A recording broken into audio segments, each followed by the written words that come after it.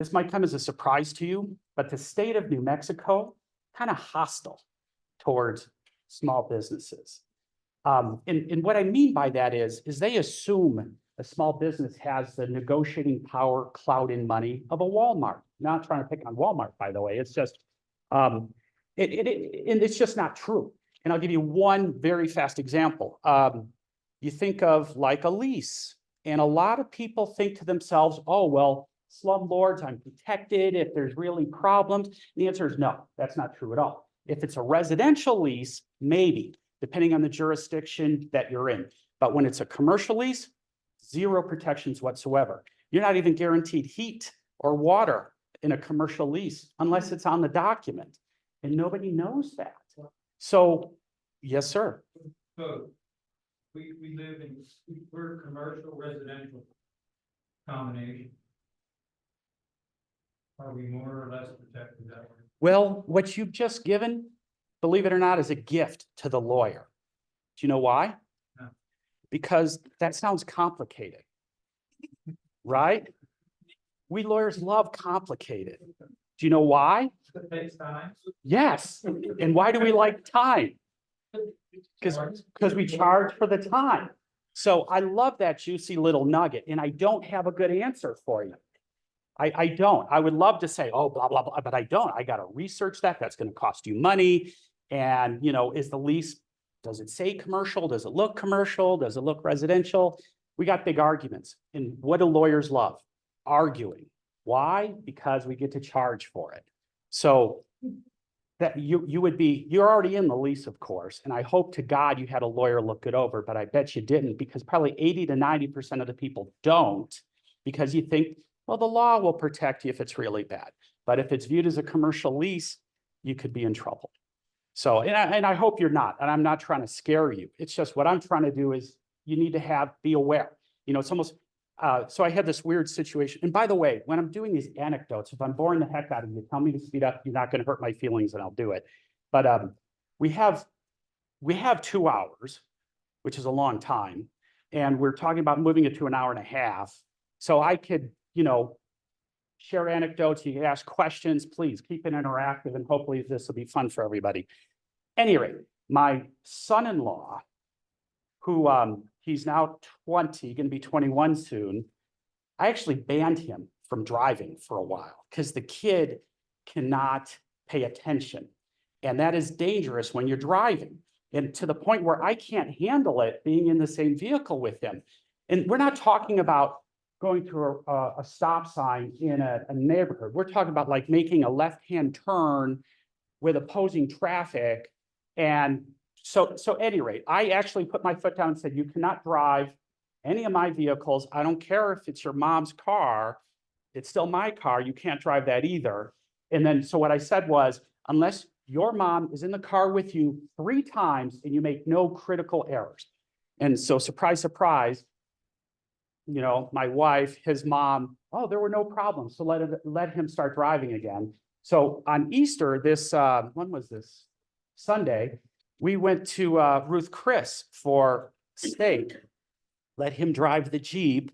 So I was in the back seat and he's just talking away, da, da, da, da, da. We were in Albuquerque on Manal. It's a pretty busy street sometimes. And he's the guy in, so we have to make a left-hand turn. He starts following the guy that made a left-hand turn in front of him. And there's oncoming traffic, probably at 40, 50 miles an hour. I scream at the top of my lungs, stop. And he skids right in the middle of the intersection, stops, thank the Lord. But my whole life flashed in front of me for a second. And he's like, well, I'm sorry, I thought I had the green arrow. I'm like, well, why did you think you had the green arrow? Well, the car in front of me went. And it's like, that is the stupidest thing you could possibly say. What you could have said was, I just wasn't paying attention. That would be a non-stupid statement. But so then I'm like, situational awareness is what's important here. And, you know, you got to look at what the law says, you know, what do the lights say? But even then, what the law says might not necessarily reflect what you should actually do, because if you have the green arrow, but somebody's on the other side going 50 miles an hour, they're not going to stop either. They're going to hit you anyway. So at any rate, why do I say all of that? So I think business is kind of the same thing with situational awareness. You know, Larry, the lawyer, can tell you what the law is, but that doesn't necessarily always help you.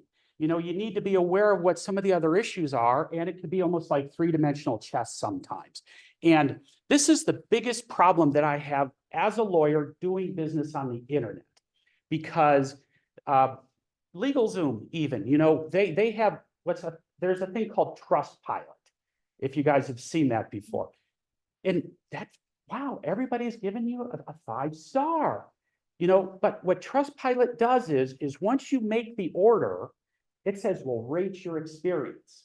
So what you're really rating is your order experience, not did I get what I needed to get done in a manner and way that helped me 3 years from now when I have a lawsuit or the IRS is banging my door or something like that. So Trustpilot is not giving you that information. It's just telling you how the order form was. And so that's the competition I have to deal with as a lawyer, because I have to pay malpractice. And yeah, I can do an LLC for you inexpensively, but maybe it's not the right entity because you're a doctor or a, you know, some sort of licensed professional and you need a professional corporation instead. If I just tell you an LLC, you know, without thinking about those issues, you may get into trouble later. And then guess what? You're going to be knocking on my door, or your lawyer is saying that, you know, you want to sue me for malpractice or something like that. So that's the world I live in and I have to compete in, interestingly enough. So what I'm going to do is not just talk about entities in general, but some of the issues around it, tax status, licensing. We're going to talk a little bit about thinking ahead, you know, naming issues. I have, I don't know, 50 clients in the cosmetology space, and they all fall in love with a name that they just like because they Googled it and they didn't see the exact thing. They were able to get a domain name and then they run with it. And then sure enough, they get a cease and desist notice from some lawyer in Chicago or New York. And now they're paying me money. And they really love their name that they've used for a couple of years. So they want to fight it. And I'm like, you know, and I get these questions. Are you afraid of a fight? And I'm like, you're talking to a lawyer. We're not afraid of a fight. We love fights. But the client doesn't want us to fight because they don't want to spend the money, but they don't know what they don't know. And they don't want to believe me necessarily. So there's really two kinds of, I'm going to say there's 3 kinds of people. Now there's 2 kinds of people. And there are people that haven't had the experience of having to pay for a lawyer in a fight. And then there's people that have. And interestingly enough, who listens to me more? Yeah, the ones that had a fight before and they know better. They, you know, it's much better to avoid a fight or not have it at all. And so that's what we're going to do a little bit, is kind of try and look at the crystal ball a little bit and think about how to plan ahead. But, you know, this is a small crowd. And if it's not exactly what you want, I'm not going to hurt my feelings, but ask questions and we'll move in the directions that you guys want. Sound good? So with all of that, let's get to some, oops, get my mouse over here. Click. Okay, so the first thing is you need to assume everybody's out to get you, because everybody is. And everybody's a strong word, and we know it's not everybody, but even if there's one person out there to get you, that can be a potential problem. So what you really want to do is have layers of protection, and you have the point here is you're trying to protect you, and it's not necessarily you, it can be you and your family as well. But you have your company as a layer, and then insurance is a layer. Insurance is not enough to protect you. A company is not enough to protect you. You need both. And then when I say insurance, there is no such thing as insurance. There's things called workman's comp insurance, general liability, professional liability, errors and omissions, cyber crime or cyber insurance. You need to actually talk to somebody that knows a little bit about your business and insurance to figure out what the right policies might be. Also, I talked about workman's comp. I can't tell you how many people tell me, oh, I don't need workman's comp. There's just me and my family. And I'm like, how many is me and my family? Well, there's 6 of us. Okay, well, the law is 3 or more people in a company, whether they're their owners or otherwise, or contractors or employees. So You need to have workman's comp in almost all circumstances. So you have people trying to break into this shell. You have your customers, of course. You're going to have other things, though, ex-employees. You're going to have lenders. Lenders are going to bypass the insurance, by the way, right? Insurance doesn't cover a bad loan. The company might. Or if you sign a personal guarantee, they'll bypass the company and come right after you. So you really have to think about how you do the right loans and so on, so you protect yourself if you can. But the government, I put a little nuclear bomb there. They can go right at you in 100 different ways if you're not careful. But then there's others, guests, partners, contractors, competition. Everybody's out there to get you. And so the point is, you want to have a solid company. It needs to be the right kind of company. And it's not just creating the company. We'll talk a little bit more about it, but it's like having a child. And it's the child that's going to be doing business. And so you got to set that up correctly. I can't tell you how many people, they're in business and they're like, well, I was told I need a company. And so they're like, I'm going to order a company. I'm like, okay. And what are you going to do next? And they're like, what do you mean? What am I going to do next? I'm like, well, are you going to keep doing business the way you're doing business? Why would I do things differently? And I'm like, well, then why the hell would you get a company? Because just having a company doesn't do anything. You got to actually make the company the business. And there's effort and work to do that properly. So it's layers of protection, business entity, insurance. Another layer of protection are contracts. They're not going to protect you in all instances. You cannot contract away crimes. You cannot contract away gross negligence, but you can contract away just about everything else if it's written properly. You also need to learn the issues. Financial and tax is a big one, business and legal.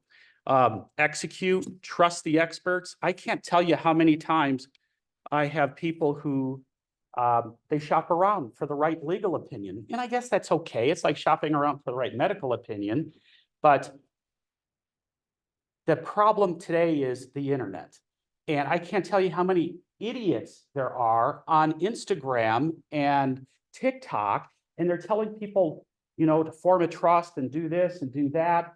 And it doesn't make any sense. And the idiot, you don't even know who the idiot is. We don't know if they're a lawyer or an accountant, or they're just somebody that has an opinion. And so you have to be really careful. The other thing is, don't give up except when you should, right? And I know that doesn't make a lot of sense, but you need to be thinking about how much effort you put into things before you move on to the next thing. So my recommendation is you have a first name basis with the three that I list here: a CPA, a banker, and an attorney. And the banker is the one people ask me questions about a lot. But let me ask you this. When will banks lend you money? When you don't need it. That's exactly right. You can form a line of credit, a HELOC, which, home equity line of credit. And if you're in a position where you don't need that line of credit, they're going to give it to you like that with great rates.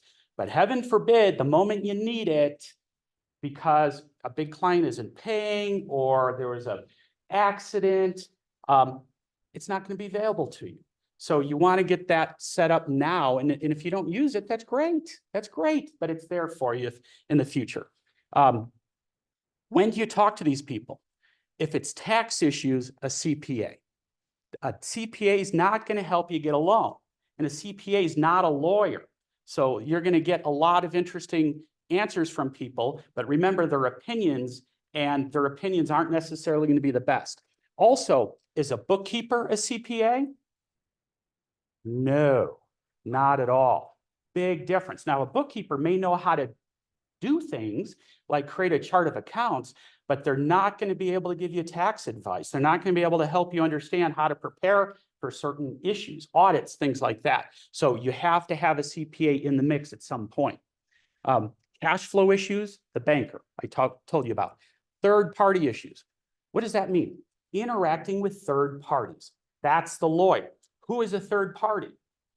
Employees, contractors, partners, customers, the government, anything like that, the landlord. That's where a lawyer is going to be able to help you and kind of steer you in the right direction, hopefully.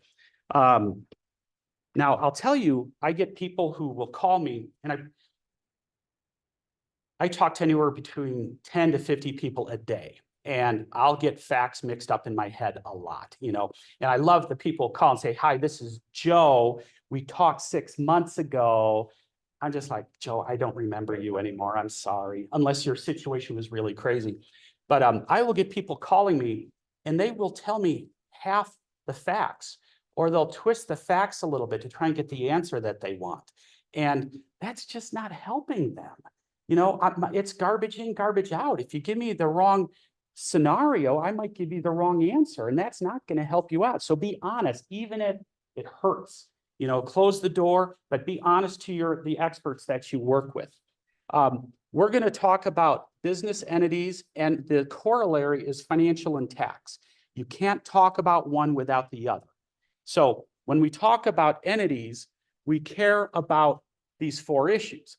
And tax is a big one, but there's others. I mentioned the liability protection, or I sort of implied it with my little graphic, but that's a big one. But we care about some other issues here. One is survivability.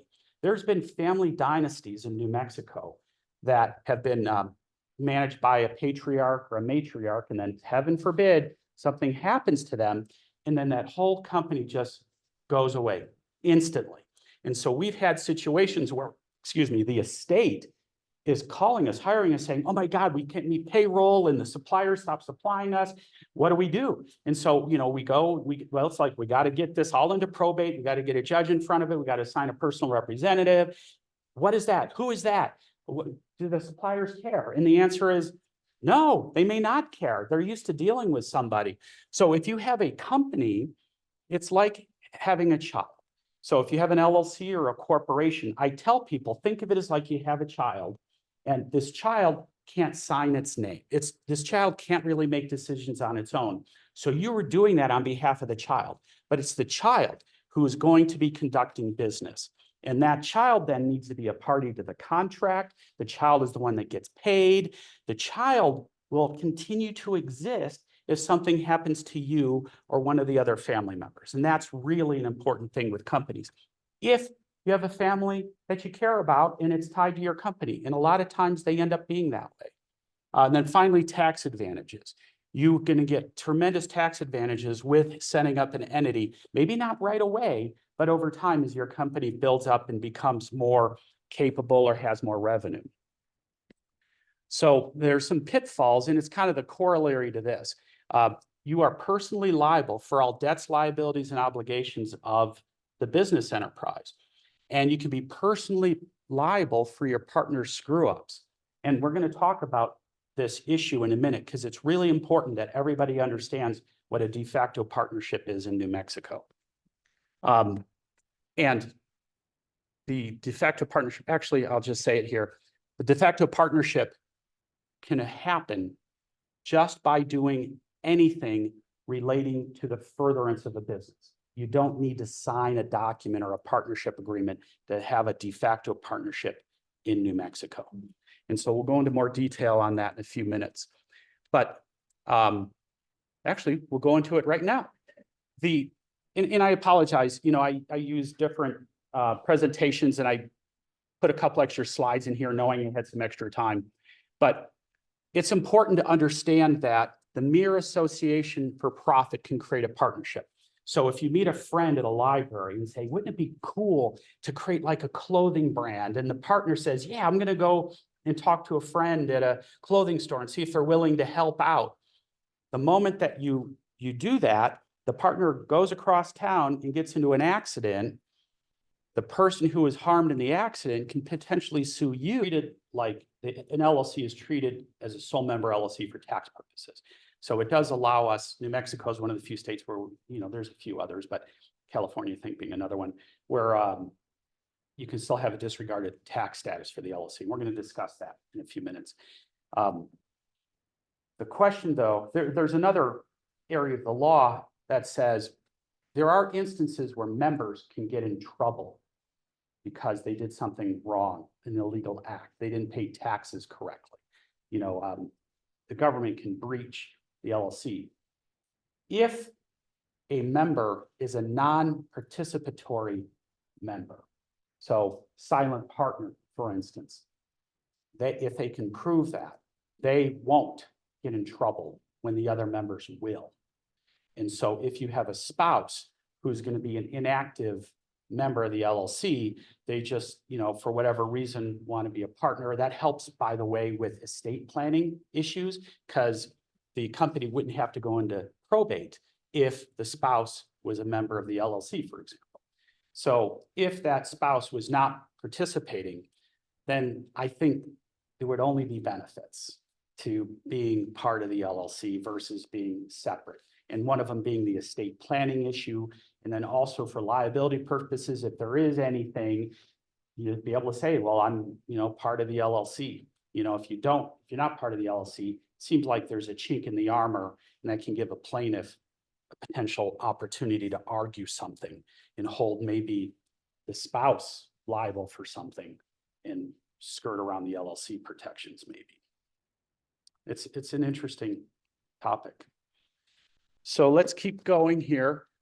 So now that we are talking about LLCs, let's talk about the entity types briefly, the popular ones. There's a lot of them, but LLC is a very popular one. And honestly, out of 100 companies we're going to form this week, 98 of them are going to be LLCs. One of them will be the other two will be a corporation. Every once in a while, we'll do professional entities. Very rarely we'll do a B corporation. We're going to talk about that briefly. But the LLCs, the reason they're so popular is they're inexpensive all the way around. They're inexpensive to set up. They're inexpensive to maintain. They're inexpensive to take down. A lot of people don't think about that, but a corporation is very difficult to take down if you want to close and dissolve it someday. There's also a lot of flexible tax options with an LLC. We'll go into more detail with it in a little bit. And it provides a great partnership mechanism because it has what's called an operating agreement, and that serves as a partnership agreement. And I do want to warn you, just don't download an operating agreement off the internet, because there are a lot of piece parts to it that will depend on the tax status, how you're managing the company, and a lot more. So if you're going to download something off the internet, please download a number of different documents, review them, and then probably talk to a lawyer or somebody that can help you with all of that. The other interesting thing for New Mexico is New Mexico allows anonymous companies. What that means is if somebody looks up the company information at the Secretary of State's website, if it's done correctly, it won't disclose the ownership information. And that is actually really important. We have abuse victims, we have victims of stalking, we have landlords who just don't want their tenants finding out where they're at and showing up. We also have, interestingly enough, we have people on the far left and far right of the political spectrums, and surprise, surprise, they don't want each other to find out about each other. We have abortion clinics, we have gun shop owners, and they all get a little bit of safety by being able to have an anonymous company. It's a really, I think, important feature in New Mexico that they were trying to shut down a few years ago, but fortunately that went away for now, at least. The other important and popular thing is a corporation. It is a more formal structure. It's been around a lot longer. If your company is something that is considering VC funding or other finance mechanisms, we find sometimes that a VC or a financial company might want a corporation versus an LLC in certain instances. It's really not legally necessary. It's just preferred by an investor in some instances. The other issue, and I'm not a tax professional, we do have a tax lawyer on staff, but corporations can have what's called a qualified small business stock, and it offers significant tax savings if you're taxed, I believe, as a C corporation over a number of years. And if those conditions are met, you pay almost no taxes when you sell your business. And that can be a huge money saver if you had that set up properly. Yes, of course.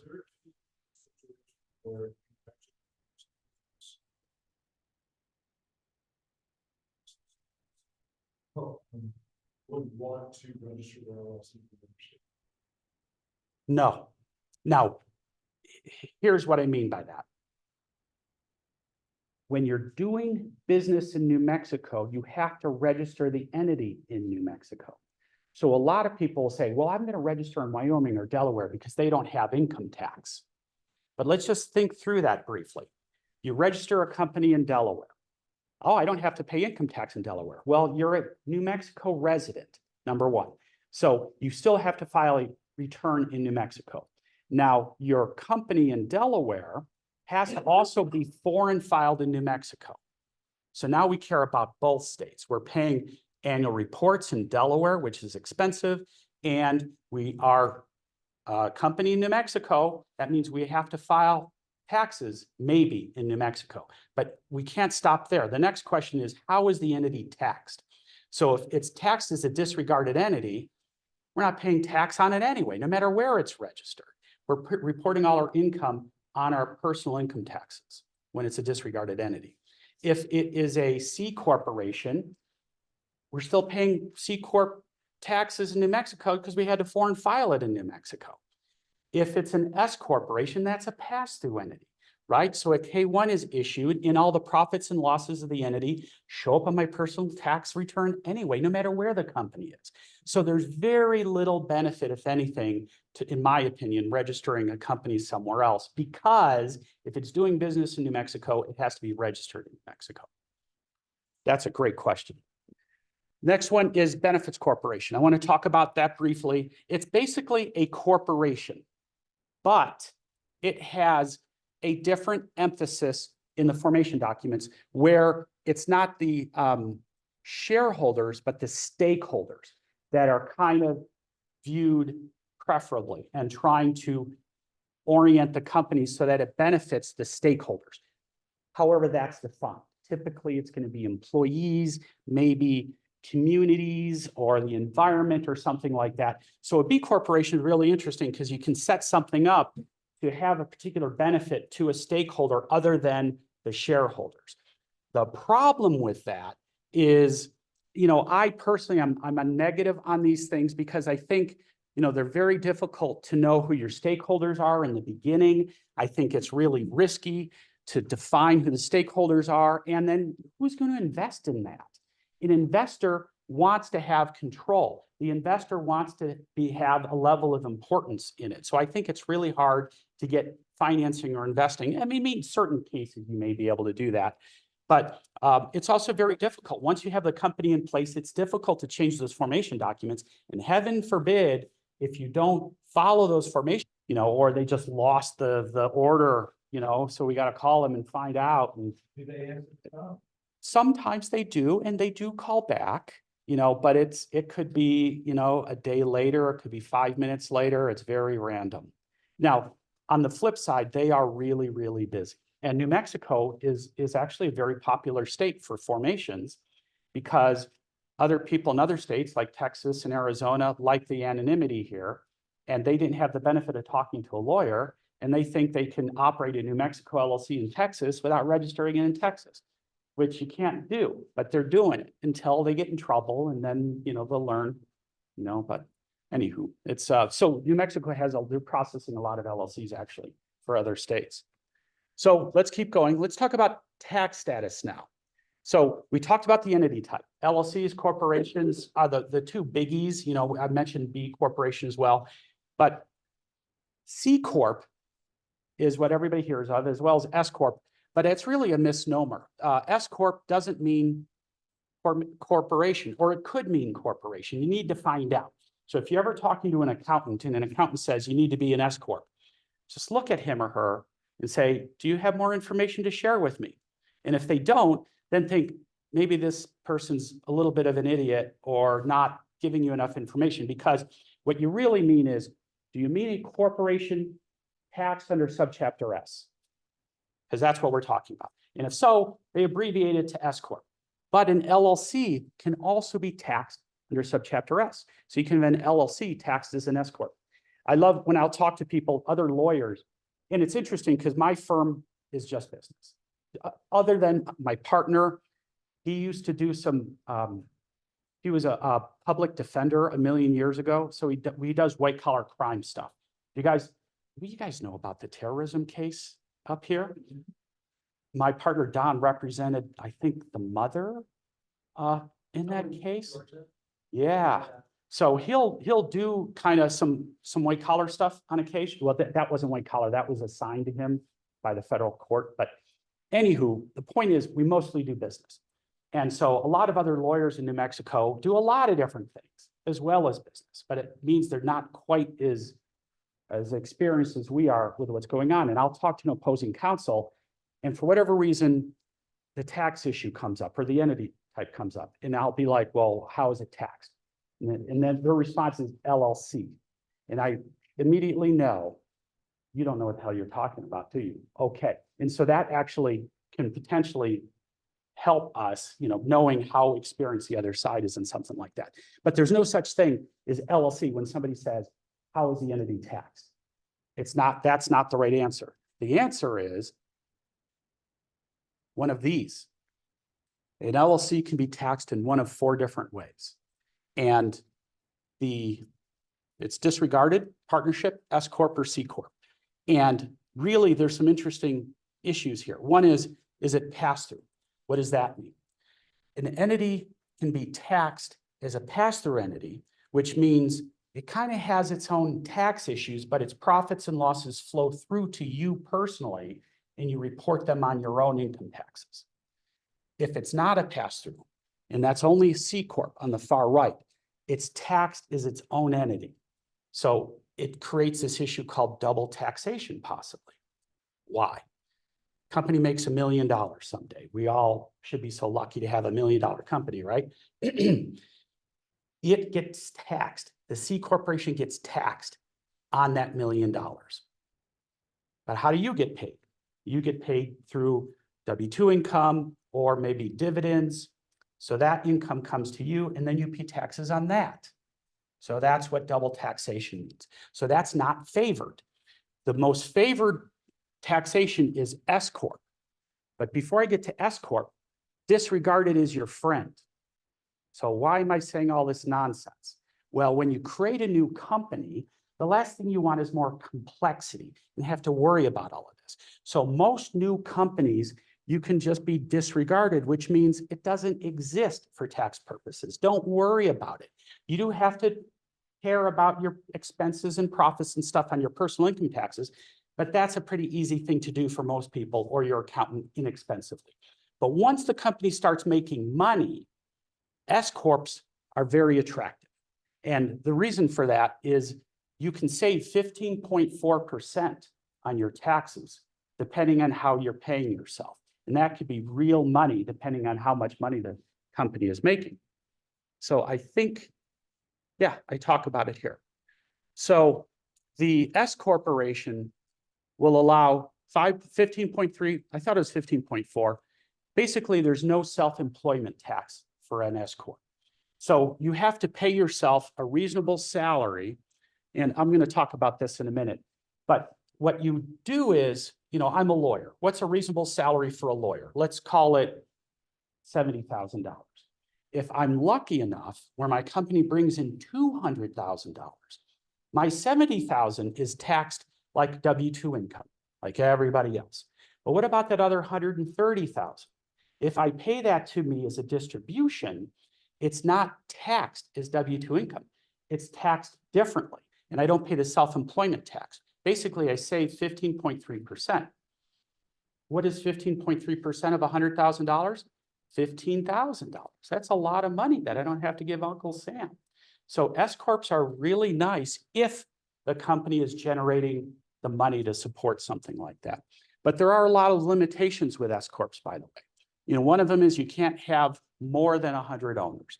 You cannot have any non-resident aliens as owners either. And you can't have more than one class of stock. And this really gets people. I see this happen all the time where they'll have an S corp because it was small and then they brought in partners, but some of the partners, they don't want to have voting rights. They just want to give them profit interest. Guess what? That's a different class of ownership. Classes of ownership means, are owners treated differently in any way? And if so, that's a different class and you cannot have that as an S corp. So if you do that, is the IRS going to do anything? No, because they don't know about it until you get audited or somebody complains. Now the IRS can go back 7 or 8 years and you did it wrong. So the IRS doesn't get mad. Nobody goes to jail. They just say, this isn't an S corp, it's a C corp. And you haven't been paying all the taxes of a C corp. So now you owe the IRS $1.5 million for the past however many years. So don't do this incorrectly is the point. Talk to a professional. And I talked about reasonable salary earlier. That's another requirement under S corps. So, and I brought up the other issue too. You can go back to a C corp if you don't do this correctly. So why am I talking about all this tax stuff and millions of dollars when we're dealing with startups or your company isn't even formed yet? My goal here is just to plant little seeds so that, you know, you're not going to even worry about it now, but you know it's an issue at some point. When you're a small company, disregarded LLC, you can't go wrong. But when you start making money, when you start bringing on partners, please talk to somebody. Make sure you do it correctly so you don't get yourself screwed down the road. That's the big goal. And this comes maybe as a surprise to some people, but when your company becomes more successful, does it become more of a target for people? Yeah, it does. And so, you know, right now, when you have a brand new company nobody cares about, that's one thing. But when you start becoming successful, it becomes really important to do the right thing. Otherwise, people are going to try and take advantage of you and go after you. So let's see what else. So I do want to talk about the resident aliens briefly. I mentioned S corps can't be owned by non-resident aliens, but they can be owned by resident aliens. So if they meet the IRS test of substantial presence, you can have resident aliens owning S corporations. And I think this is really important for like students and teachers that are here in New Mexico. Encourage them. They can own businesses. That's okay. But you do want to be careful because if they become not a resident alien at some point in the future, you want to be able to do something about it as a business and be able to move them back or change your tax status or something so you don't have tax problems down the road. But yes, sir. Before the LLC, and my wife was not a citizen, she was a resident now, but she's become a citizen. So would there be any issues with that? None whatsoever. Okay. Unless it wasn't handled correctly or something like that. So I just, since we started and she was that, I don't know if she wrote down the permanent resident number or something on our forms. I don't know. And this is a big one. I find that there's a lot of outstanding citizens or, you know, resident aliens in New Mexico, and they're deathly afraid to set up a legitimate business structure because they are afraid it's illegal or will affect their residency status. And the answer is it won't. You should consult with an immigration attorney, but this tax stuff is not illegal, number one, and it's not going to create problems for immigrants. And I would very much, you know, we're trying to create a setup. And that's one of the things my firm's trying to do, by the way. I'm just struggling to find a bilingual lawyer to join us. I think we found one. We interviewed them yesterday, so I'm hoping they'll take our job offer. But there's a big market out there that's totally underserved because immigrants are afraid, especially in today's political environment. And they really shouldn't. You know, I think there's a lot of opportunity here. At any rate, I can go on and blather on about that. Are we doing okay? I'm watching. Yes. Yeah. How can you answer the question? Yeah, have you seen any cases in which something was considered by the IRS to be unreasonable? Yes. A lawyer at $1, you know, or even 10,000, something that's just outrageous. You know, it needs to pass, you know, the straight face test. But there isn't a bright line rule on this. And so, you know, I would recommend looking at salary.com and maybe shooting for the middle of the bell curve, something like that. But, you know, it's just, I've seen where the company isn't making a ton of money. Maybe it's making $100,000 and they're trying to maximize that 15.2% savings and saying, well, I'm just going to pay myself $20,000 and they're a professional. It's just, it's not gonna fly, you know, don't play those games. It will increase the chances of an audit too. At least that's what I'm told. Good question. Okay. So I mentioned this, we talked about the retroactivity of losing your status. I won't belabor that. But I mentioned too, it's not a criminal issue. That's not an immigration issue. It's just simply a tax issue. So convince immigrants to create companies and join companies. I think they have a lot to offer. And Quick question about yeah, of course. I have somebody who comes and does this. Is the only way that you get an EIN to fax the application, the IRS? You know, that's a good question. I haven't used that form in a little while, my staff does. And so if the form is limited and only takes an SSN, I thought it would take a TIN. Well, You can't do a TIN online, huh? Huh. The fastest way to read The fax, and that's not very fast, is it? Yeah, it's real. Well, it's not only that, and then I guess it goes into a fax with 10 billion other faxes on the IRS side, and they're really slow. And people get really mad at us because there's a lot of reasons why you can't use the online form. That being one of them. I didn't know that off the top of my head, but some of the other things I know, if you have a company that's named something similar to somebody else. So let's say I have Slingshot LLC and somebody has Slingshot in Texas. IRS doesn't know necessarily the difference, and they'll flag it and prevent the EIN from going through. And then you got to send in the fax, and that'll take a long time. So, and then when you do that, what is it, 5, 8 weeks, something like that? So you can't open up a bank account in that amount of time. You can't do a lot of things. It's really frustrating. I did want to mention, you know, foreign nationals, everybody can own a US based company. The issue is just one of taxes and how the taxes are handled correctly. So we talked about how to form the entity briefly. It seems like everybody knows this. Every, you know, Secretary of State under business services. There are third-party services, including us. You know, we recommend, you know, choosing wisely though. At the very least, the articles bare minimum. I do want to explain briefly registered agents.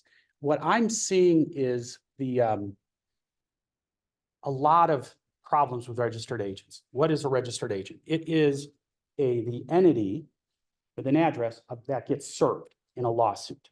So the first thing I see people do is they feel like, oh, I can't handle my business anymore, or there's a problem, I'm just going to dissolve it and walk away. So the analogy is a LLC is like a garbage bag, and you got a bunch of garbage in the bag. If the bag dissolves, what happens to the garbage? Does the garbage dissolve with it? No, it falls at my feet.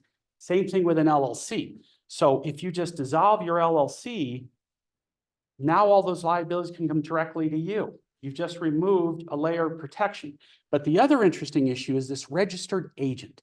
So a registered agent gets legal service of process. So what happens if you cancel the registered agent service? You don't get the lawsuit notice anymore. Does that mean the lawsuits just don't happen? They go away? No. You get a default judgment. What is that? That's where a lawsuit happens, but you're not there to defend yourself. So what happens? Well, the judge just has one party to listen to. And I've seen $20,000 disputes mushroom into $350,000 judgments based on punitive damages, attorney's fees, interest. And now what? The opposing party now has a $350,000 judgment that they can use and chase you around anywhere in North America. They can seize bank accounts. They can go after you. They can destroy your credit. They can seize assets. Don't get a default judgment. How do you not get a default judgment? It means your registered agent information is up to date. So if it's you as a registered agent and you move, please, for the love of God, remember to update the registered agent information. And if you can use a third party and you're tired of paying the third party, we charge $129 a year. And it's a year. A year goes by, and then we hit your credit card for $129. And you're like, what the hell is this? it sometimes upsets people, and I get it, but they're upset. They don't want to listen to my spiel about, well, you're a registered agent, da, da, da, da, da. They just say, go away, refund the money. And so what do? We refund the money and then we cancel the registered agent. So we are no longer that we actually withdraw. So there's no registered agent listed here. Or if the Secretary of State is lazy, and I'm not picking on the Secretary of State if anybody's watching, except you guys don't necessarily, they don't always do the withdrawal properly. They're going to send the notice to us and we're going to throw it in the trash. It's because we're not your registered agent anymore. We resigned and we get notices in the flower pots. They will try to serve companies through us, even though it may even say that we withdrew. They'll still bring the summons to us, thinking that that's all they have to tell the court to get a default judgment. So you always want the registered agent information to be accurate all the time. And then if you really do legitimately close your business, can it still get sued? Yes. So keep the registered agent stuff accurate and active for at least the statute of limitations in New Mexico for contracts, which is 6 years, not 7. You're thinking taxes, but that's a really good point.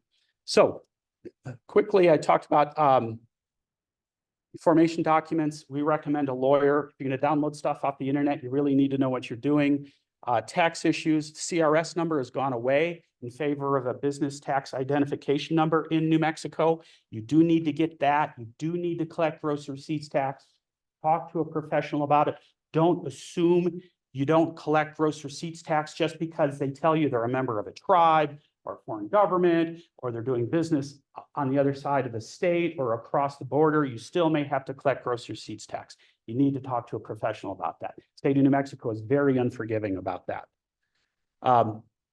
So real quickly, now my presentation is available. So if you want it, let me know. Happy to give it to you. But we talked about, the sole proprietorship.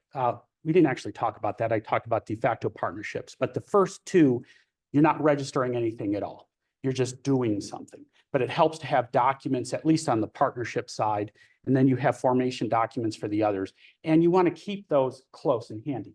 Final piece to this puzzle is what is listed at the Secretary of State does not define ownership. So I get this all the time. Well, I need to show who the owners are at the Secretary of State. No, the Secretary of State is going to, the articles of amendment that you are sending, that I think you sent. Did you get somebody to confirm who you were and that you wanted to change the company the way you asked them to do it? No, waiting for that. My wife was at the mailbox every day because until we get that, we feel like we can't take other further steps. We might be able to, but she feels like we have to have that first. So we're waiting. Like we're waiting. I want to go back to that BTIN. BTN. BTN. Yes. Oh, BTIN. I apologize. You're right. So this has been a little bit of a confusion for us because on one application and Anwar crossed it out, it said CRS and we crossed it out with GRT. And that's a number, right? A GRT number for your business? Yeah, you can think of it that way. People call it that sometimes. But CRS has gone away. Asking us for our GRT number, CRS number, or any of that. We don't have it yet. Right. And Why not? You got your FEIN? we have our EIN, we have our state identification number, ID number of our business. Your registration number? Yeah. But in everything that we've accumulated, we could not find this GRT number. So we want to It's BTIN. BTIN number. Yeah. So how can we get that? Well, you go to New Mexico Tax and Rev, and there's a form. I'm sure Anwar had you fill it out and send it in. You So got it. we did it. We did. Our problem is So think about it this way, your BTIN is your GRT. Yeah. we can't find that in all our papers. So that's our problem. Now, we want to change our name. So we put in for the name change. But if we do have the BTIN number, is that affected by the name change? Will that stay the same? Yeah. But will the number stay the same? Okay, It's just like, the company is the child. Child's not changing any more than you are changing. You're just changing your name or doing whatever. Well, that's why since we don't know much about it, we're afraid to give the number to the Taos City for our city business license until that it's, approved. We send in the amendment with the change of the name spelling. So we're kind of afraid to do anything until that gets approved, but our check was cashed by the state, and I remember you said, when we were talking, and said, if they don't approve it, they won't have the check. The Secretary of State was the only check that you sent. Yeah, we sent the amendments for the change the name and the DBAs. They would check, they would cash it sometimes, and they would put it into an account and then decline it. Seeing Yeah, that. yeah, I've seen that as well. So their process is they take the checks, they deposit it somewhere, they stamp it paid, then they move it to another pile where there's a group of people. Not necessarily. And how long might that take? Anybody have an estimate? We've seen, somewhere in the 5 to 8 week range seems to be pretty standard for most non-standard stuff like amendments and mergers and things like that. I was here to hear that, because, every day she's, waiting for that thing to show up in the mail, the approval for that, and it's only been maybe 2.5 weeks or so. I wouldn't let that stop me from filing with the city. Your entity's formed. It's just a matter of what is the name. Let it stop you from filing what? It would, everything. I would, if I care about opening up my doors, the entity is formed. You have a registration number. That's not changing. We can argue all day what the name of it is. And then you have the ability to update that with the city and everybody else. Okay. How do I That find last piece is actually the sensitivity is Taos doesn't let you change in the business permit. Then you'll have to, on renewal, apply a new physical way to. Fair enough. Fair enough. how do I get, if we did do that number, how do I find out what that You is? log into your Minnesota Tax and Wealth account, go to letters, and look for your certificate. So I log into who? Tax and Wealth, so that's TAB.state.in. Okay. All right, we did that and I still couldn't find that number. They can appoint with the local SPs. With who? The local SPs. Okay. Yeah. So we have about 5 minutes left. I keep trucking along or more questions? How are we doing? I got some questions on intellectual property. Perfect, because that's actually what I was going to hit on next. Want me to do that first? And then I'll go fast. We'll go fast. We just watched a guy try and sell us something on one of his webinars. He's a lawyer. He's realizing like all these people have intellectual property. Now he's offering this service for like $600 a year. You can get as many contracts as you need to protect yourself and everything like that. But what he said was, intellectual property is generally stolen by your friends or people close to you first, and then it's other people. So that was how we started out this whole presentation. So if I create a sound therapy certification and it has step A to Z that they have to go through, somebody goes through the program and they go and they start their own program using my program. That's what we're concerned with, that intellectual property and how to make sure that doesn't happen. So yes, and actually that's a complicated area of the law. And I think it's important for you to understand what the issues are. So this is the only time I'm selling my services, but it doesn't have to be me. But I'd recommend you do talk to an IP lawyer to understand the difference between copyright law and trade secret law and then contracts, and then figure out how you'd use those three tools to protect your IP. But I see that a lot in the context of, whether you have certain programs or therapies. I see this with people, e-cig companies. They come up with certain fluids for the e-cigarettes, or I have teachers and instructors who are developing certain programs and lesson plans, and they want to protect those things. So we do sell a 30-minute IP attorney consult, and probably just within 30 minutes, you'll know enough on what your options are. But I promise you, just paying $600 a year to get access to random documents that you don't know what might or might not work for your business isn't going to help you a lot. You do need to understand what the issues are, and you need to register your stuff as a copyright. And how you do that is going to depend a little bit about your business and how you do things. His main thing was to fill you with fear, Yeah, so you would buy his program. So it's instill the fear and then offer the solution. So we really like the way he put it out.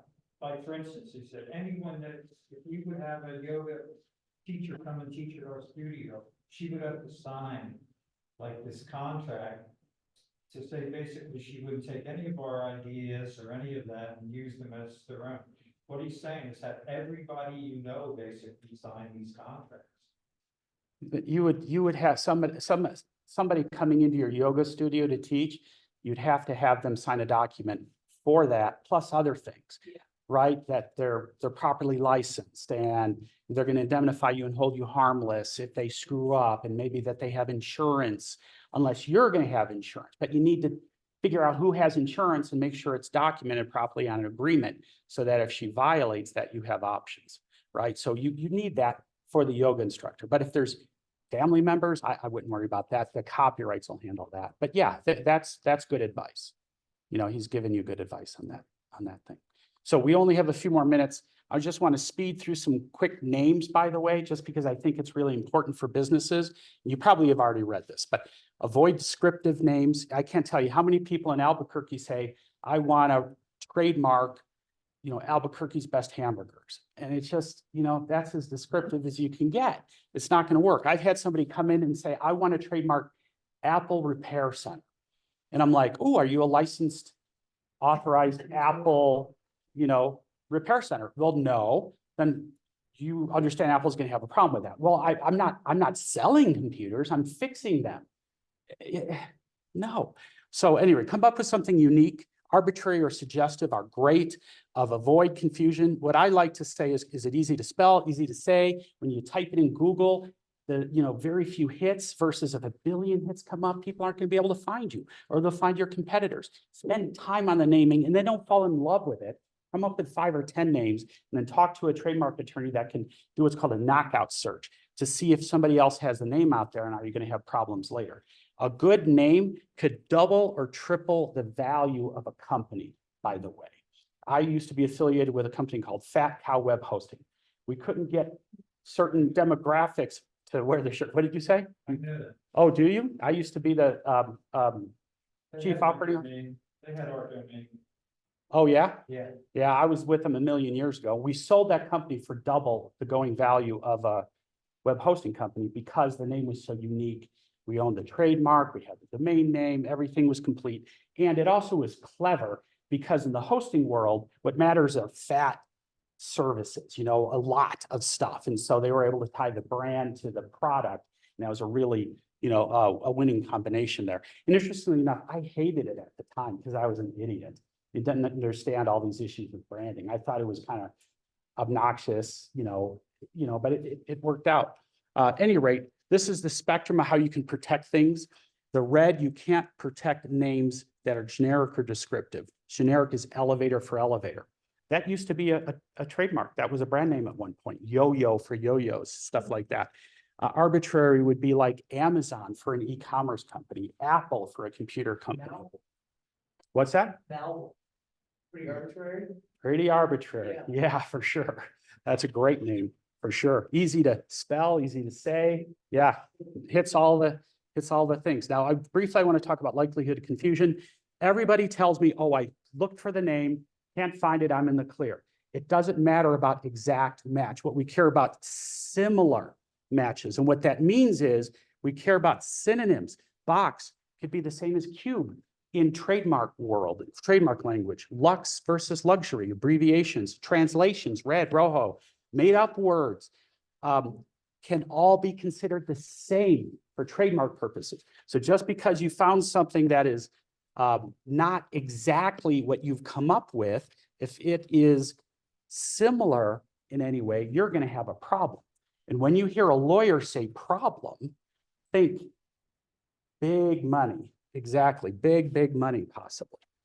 So once you picked a few good names, purchase a knockout report, knockout search.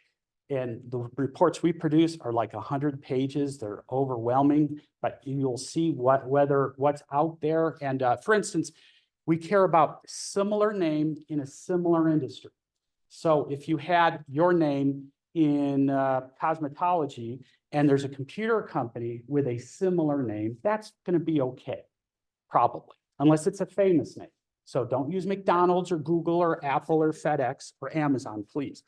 And then applying for a federal trademark, I recommend for a lot of reasons, including adding value to your company, and then you just know. Now, remember what I said, as your company gets bigger, it becomes a target. It also means Amazon, Etsy, eBay, Google AdWords. These are really important to people for marketing purposes. And if your company becomes even remotely famous or remotely successful, others are going to capitalize on that and try and use it for their own purposes. And it's going to reduce the value of your company. Unless you have a trademark, then you have legal rights and actions to do things. So I go into how to change ownership. I'm not going to talk about this because we're over time, but it's in the presentation. But I think it's important for people to understand how to do certain things with their company over time. But this is the big one I just want to highlight: removing a partner or leaving a company. I can't tell you how many people just get fed up and walk out the door. That's the last thing you want to do. And you don't want them to walk out the door. You don't want to walk out the door. You want to have a written document so that it's just in the sand on this date. So-and-so is no longer affiliated with that company anymore. So if that company gets into trouble or becomes successful, the other partner doesn't come back. And here's the dirty little secret about us lawyers. We love disputes and debates, right? We make a lot of money with that kind of stuff. And most of our revenue comes from partnership disputes, interestingly enough. Most of it. And they're worse than divorces. There's violence. I have sons beating up fathers, mothers and daughters pulling their eyes out and hair out, and just crazy stuff. And if we had better documents in place, I would like to think we'd have less violence and problems and expense. So never do it verbally, consult with an attorney. I'm going to just speed through this real quick. I do want to tell you, we do have an expert system on our website that'll help you understand how to change ownership. It's free. So if you're ever thinking about adding or removing a partner or anything, go to our expert system. We also have beneficial ownership information, by the way. So all companies in the United States now have to report. If you form a company this year, you have 90 days to report the initial report. Starting next year, it's 30 days. If you make any changes to the entity or the owners, you have 30 days to report that change. And if you don't, there are substantial penalties, up to $500 a day and potential criminal sanctions jail time. Now, I don't think the US is going to be enforcing this daily. What I think is going to happen is you're just going to go along blindly, not listening to ANWR and doing what you're supposed to do. And then maybe you get an IRS audit in 5 years and somebody investigates and sees that you didn't do this correctly. 5 years times $500 a day is a really large number. And I do believe that's going to start happening in the future. So don't let this happen to you.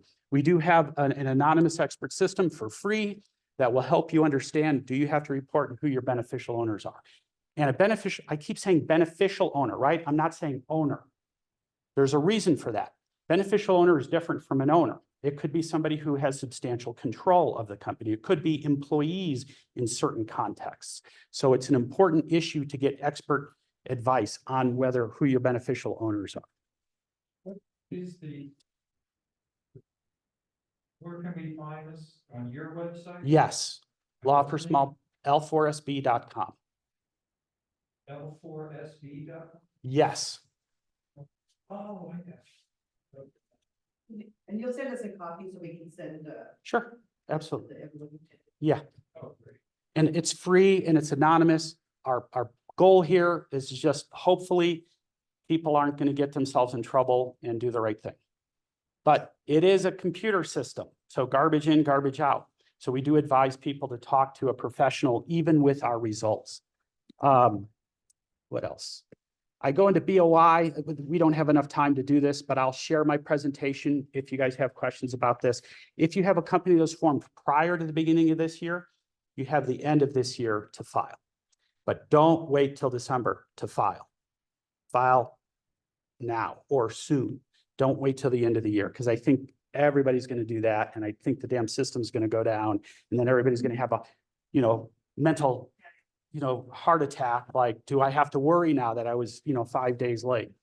I talk about substantial control. I mentioned it briefly, but it's very detailed. There's a lot of issues here that I'm not going to bore you with, but here's where you go if you want to learn more for yourself.